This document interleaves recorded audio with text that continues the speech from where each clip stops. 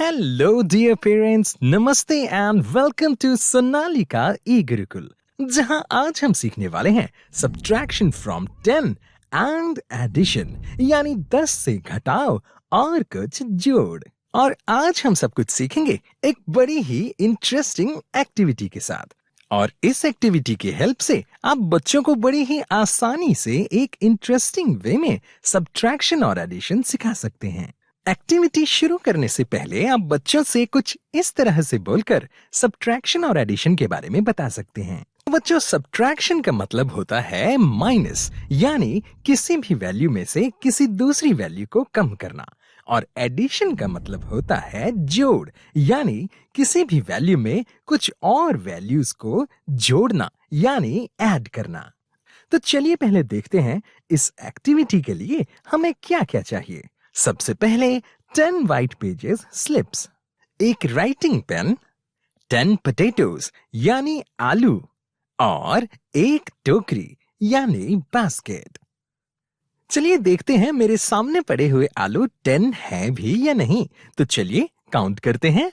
1 2 3 4 5 6 7 8 9 and 10। तो ये आलू तो पूरे हैं।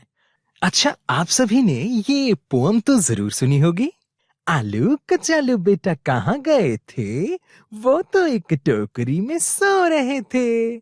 तो आज हम इसी पोएम की हेल्प से सब्ट्रैक्शन आउट ऑफ 10 यानी 10 से घटाना और एडिशन यानी जोड़ना सीखेंगे। सबसे पहले इन प्लेन व्हाइट स्लिप्स पर हम 10 - 1 is equal to 10 - 2 is equal to से लेकर 10 - 10 इज इक्वल टू तक लिख देंगे और इनके आंसर्स हम बाद में नोट करेंगे। अच्छा, अब हम इन सभी आलूओं को एक साथ ऐसे लाइन में रख देंगे और इनके सामने रख देंगे हमारी टोकरी। आप आलू की जगह कुछ और भी यूज कर सकते हैं, जैसे खिलौने, पत्थर या फिर बॉल्स। और चलिए अब गाइए, आलू कचालू बेटा कहाँ गए थे, वो तो एक टोकरी में सो रहे थे।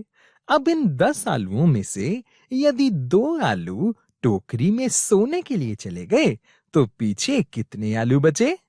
फिर से देखिए एक बार ध्यान से, दोबारा से। 10 में से यदि 2 चले गए तो कितने बचे? आइए काउंट कीजिए। 1 2 3 4 5 6 7 और 8। जी हाँ, 8, यानी 10 में से 2 माइनस किए तो बचे 8। अब ये 10 - 2 वाली स्लिप पर लिख देते हैं। 10 - 2 इज इक्वल टू 8।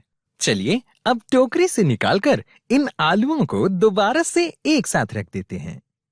इस बार 3 आलूओं के साथ ट्राई करते हैं। तो गाइए, आलू कचालू बेटा कहाँ गए थे, वो तो एक टोकरी में सो रहे थे। अब अगर 10 आलूओं में से 3 आलू सोने चले गए, यानी 1 2 एंड 3, ये तीनों टोकरी में चले गए तो पीछे कितने आलू बचे? काउंट कीजिए। 1 2 3 4 5 6 एंड 7। जी हाँ, 10 में से 3 माइनस किए तो बच गए 7। चलिए इसका आंसर 10 - 3 वाली स्लिप पर लिख लेते हैं।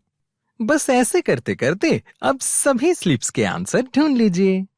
अच्छा, 10 - 10 वाली स्लिप का क्या आंसर होगा? 0। क्यों? क्योंकि 10 आलूओं में से अगर 10 के 10 ही टोकरी में सोने चले गए तो पीछे एक भी आलू नहीं बचेगा, जिसका मतलब है 10 - 10 इज इक्वल टू 0।